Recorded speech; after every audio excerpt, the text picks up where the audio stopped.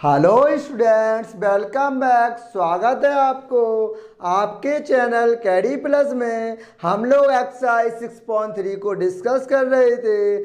उसमें हम लोगों ने 13 क्वेश्चन तक डिस्कस कर लिया था। चलिए क्वेश्चन नंबर 14 से आगे कंटिन्यू करते हैं। आप लोग अच्छे से पढ़ा कीजिएगा। अगर आपको वीडियो अच्छा लगता हो तो लाइक करें, शेयर करें। चलिए क्वेश्चन नंबर 14 चलें। एक त्रिभुज ABC की भुजा AB और AC। देखो, एक हमने त्रिभुज बनाया।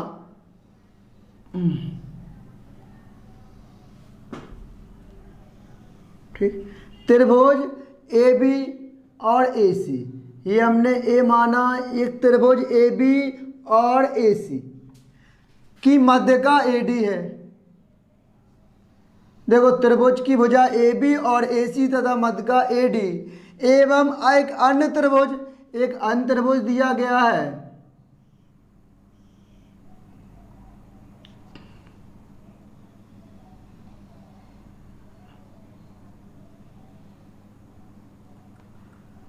एक अन्य त्रिभुज बनाएंगे।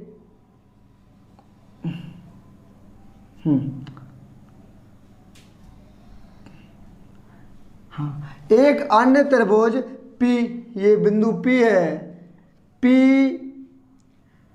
PQ, एक बिंदु Q हो गया और ये R हो गया। ठीक, PQ और PR तथा मध्य का ये PM हो गई। ये मध्य का हमारी PM हो गई। ये PM हो गई मध्य का, और ये AD मध्य का हो गई। अब क्वेश्चन को पढ़ो। एक त्रिभुज ABC की भुजा AB और AC और मध्य का AD एक अन्य त्रिभुज की भुजा PQ और PR तथा मध्य का PD के समानुपाती हैं। ठीक है, और दर्शाइए कि त्रिभुज ABC, ये वाला ABC समरूप होगा PQR के। ये क्वेश्चन में दिया गया है। तो देखो, सबसे पहले हम देखें हमें गिवन क्या है। तो देखो, हमें गिवन है वो हम लिख लें। गिवन इज, सबसे पहले गिवन है हमें AB समानुपाती है PQ के। AB बटे PQ और AC बटे PR और AD अपॉन PM। ये क्वेश्चन में हमें दिया गया है। और दिया गया है क्या? और दिया गया त्रिभुज ABC समरूप हैं त्रिभुज PQR के, और ये वाली कंडीशन दी गई है हमें। ठीक, अब देखो, हम इस त्रिभुज को समरूप करने के लिए हमें दिखाना है, ये दर्शाइए, ये प्रूव करना है। ये हम लिख लें, ये प्रूव डेट, प्रूव डेट, ये हमें सिद्ध करना है, ये वाला। ठीक, अब ये करने के लिए ये बराबर, तो ये हमें समानुपाती है, और ये इसके और ये इसके। आपको पता है AD एक मीडियन मध्य का है। मध्य का BC को बराबर भागों में काटती है, ये भी बराबर भागों में काटती है। ठीक, अब हम देखो इसमें क्या कर लें, कंस्ट्रक्शन रचना करें। रचना क्या करें, जितनी भुजा जो AD है उतना ही हम एक नीचे लाइन AD खींचे, एक लाइन E खींचा, कोई एक लाइन उतना एक E खींचा ये। ठीक, और बिंदु B को E से मिला दिया, B को E से मिला दिया, और बिंदु C को भी E से मिला दिया। ठीक, और सेम यही कंडीशन में इतना PM है ना, उतनी एक हम लाइन खींचे, और बिंदु Q को मिला दें, और बिंदु R को मिला दें, और यहाँ पॉइंट इसको दे दें N। क्या? N। ठीक, हमने कहा जितनी AD है उतना ही ये खींची गई है हमने, मतलब जितना ये है उतना ही ये है, ये जितना है उतना ही ये है। ठीक, अब हम कंस्ट्रक्शन करें, जो हमने किया वो लिखें, रचना।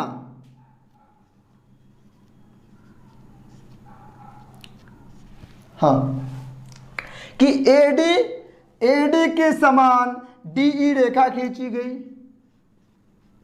AD के समान DE रेखा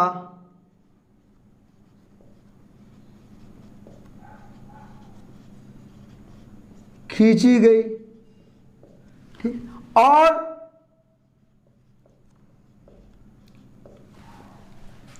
और बिंदु BE और CE को मिलाया, और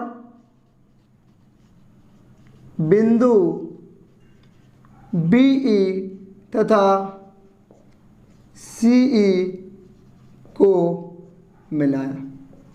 सेम इसी इस त्रिभुज में किया, वही इसमें करेंगे कि PM के समान MN रेखा खींची,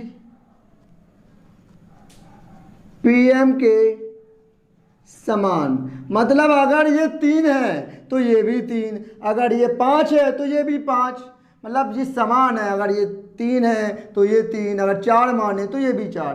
PM के समान, अगर ये मान लो 4 है PM, तो MN भी 4। PM के समान MN रेखा खींची, MN रेखा खींची।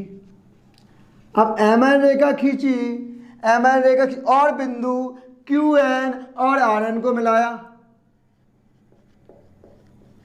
और बिंदु QN और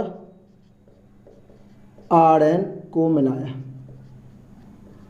ठीक, अब बिंदु इसको मिलाया। अब हमें ये बताओ,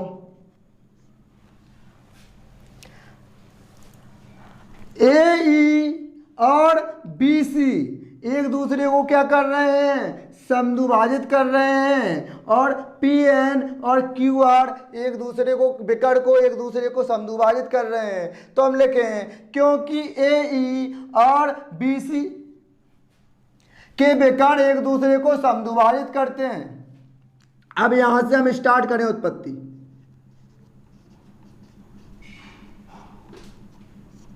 देखो, ये बराबर है इसके और ये बराबर है इसके, और AE और BC एक दूसरे के विकर्ण एक दूसरे को समद्विभाजित करते हैं। लिखें हम क्योंकि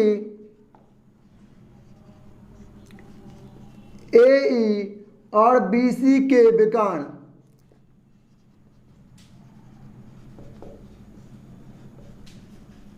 एक दूसरे को, यही सेम कंडीशन इसमें भी होगी हमारे, क्या कि PN और QR के विकर्ण एक दूसरे को समद्विभाजित करेंगे, क्योंकि AE और BC के विकर्ण एक दूसरे को समद्विभाजित करते हैं।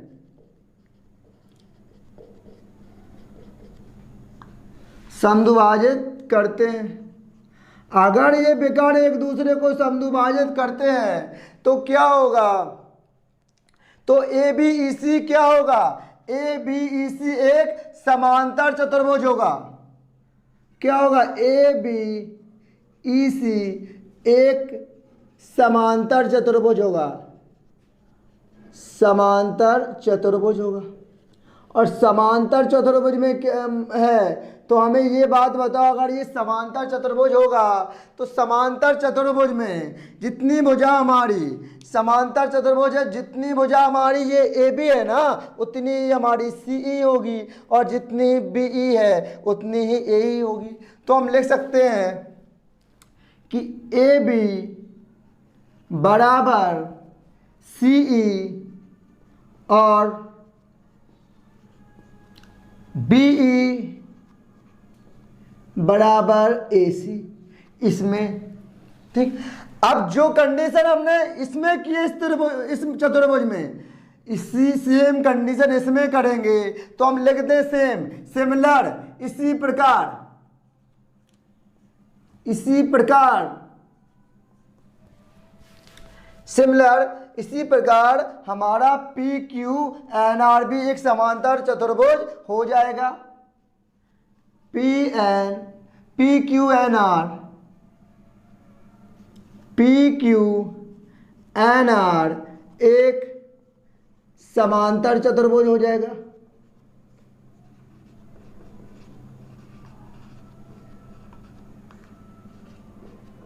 अगर ये समांतर चतुर्भुज होगा, आपको पता है, तो इसकी ये पी क्यू आर एन के बराबर हो जाएगा और क्यू एन पी आर के बराबर हो जाएगा।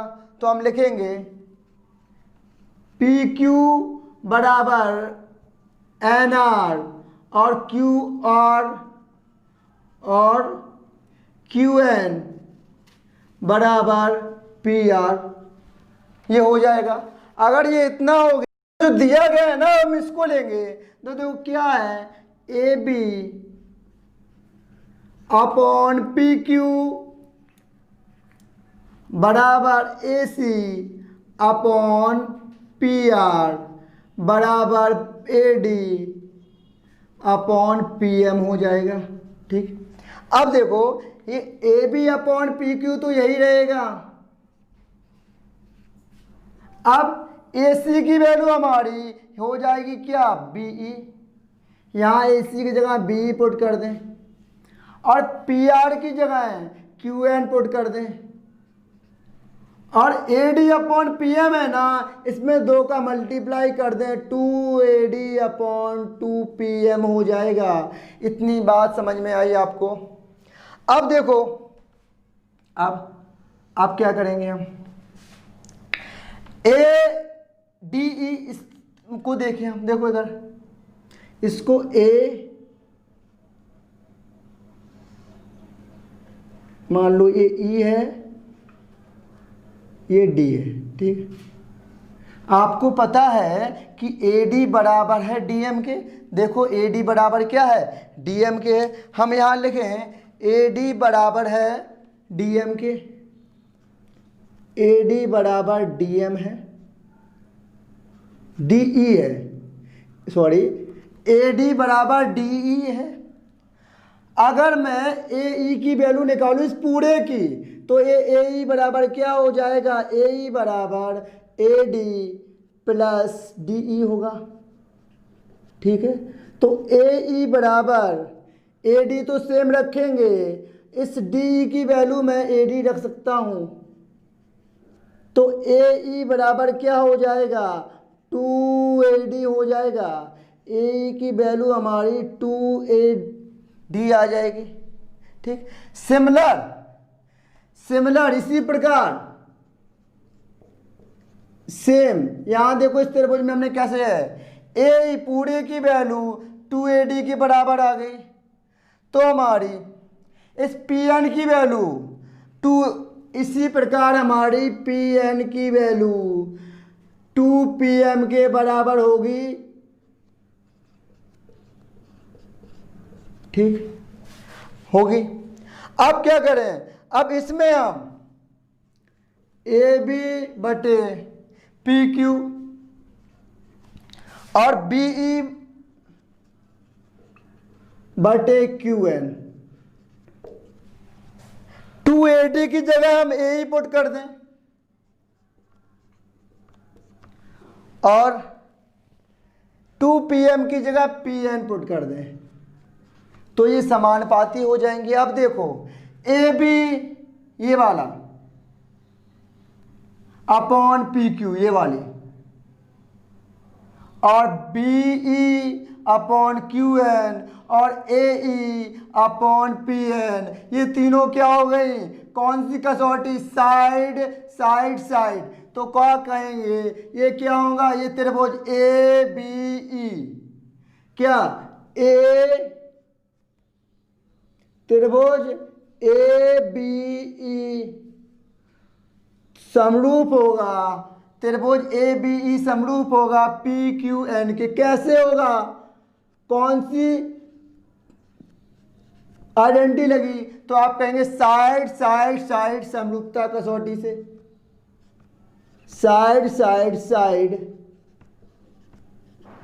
समरूपता कसौटी से।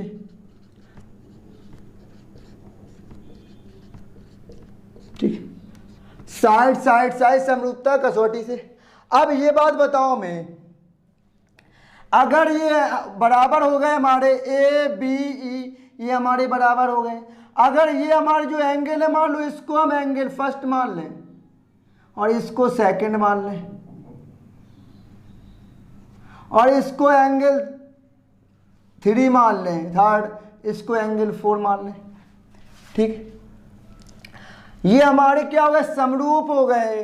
तो अब बताओ हमारा जो एंगल 1 होगा वो एंगल क्या, हमने पता है जब दो त्रिभुज समरूप होते हैं तो उनके संगत कोण का अनुपात, संगत कोण बराबर होते हैं। तो एंगल जो ए वाला होगा वो एंगल पी वाला, ये होगा एंगल 1 और एंगल 3 बराबर हो जाएगा, क्योंकि ए बी सी ई और पी क्यू एन त्रिभुज समरूप हैं। तो एंगल 1 एंगल 3 के इक्वल होगा, इसको इक्वल इक्वेशन फर्स्ट मान लें। ठीक, इसी प्रकार हम सेम जो हमने जो इसमें लगाई है, देखो क्यों, आपको पता है ये त्रिभुज, ये वाली लाइन इसके इक्वल है, ये इसके इक्वल है, ये हमारी इसके इक्वल निकल के आ गई। तो हमारा ए सी ई त्रिभुज पी आर एन के समरूप हो जाएगा। त्रिभुज ए सी ई समरूप होगा पी आर एन के, पी आर एन के कैसे, साइड साइड साइड समरूपता कसौटी से लिखेंगे। किससे हुआ है, यही लिख दें, साइड साइड समरूपता कसौटी से हुआ है, यही मैंने कर दिया। अब हमें ये बताओ तब हुआ तो जब दो त्रिभुज समरूप होते हैं तो उनके संगत कोण बराबर होते हैं। एंगल 2 एंगल 4 के बराबर हो जाएगा कि नहीं, एंगल 2 की वैल्यू एंगल 4 के बराबर हो गई। एंगल से हम इसे इक्वेशन सेकंड डाल दें, इसे इक्वेशन सेकंड डाल दें। अब थोड़ा इसे रेज कर दे, यहाँ पूरा हो जाएगा। ठीक है, यहाँ पूरा हो जाएगा। ठीक, अब देखो हो गई।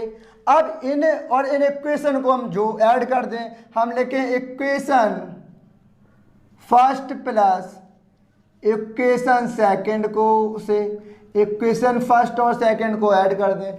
तो ऐड करेंगे तो क्या, लेफ्ट लेफ्ट जोड़ दो, राइट राइट जोड़ दो, एंगल 1 प्लस एंगल 2 और एंगल 3 प्लस एंगल 4।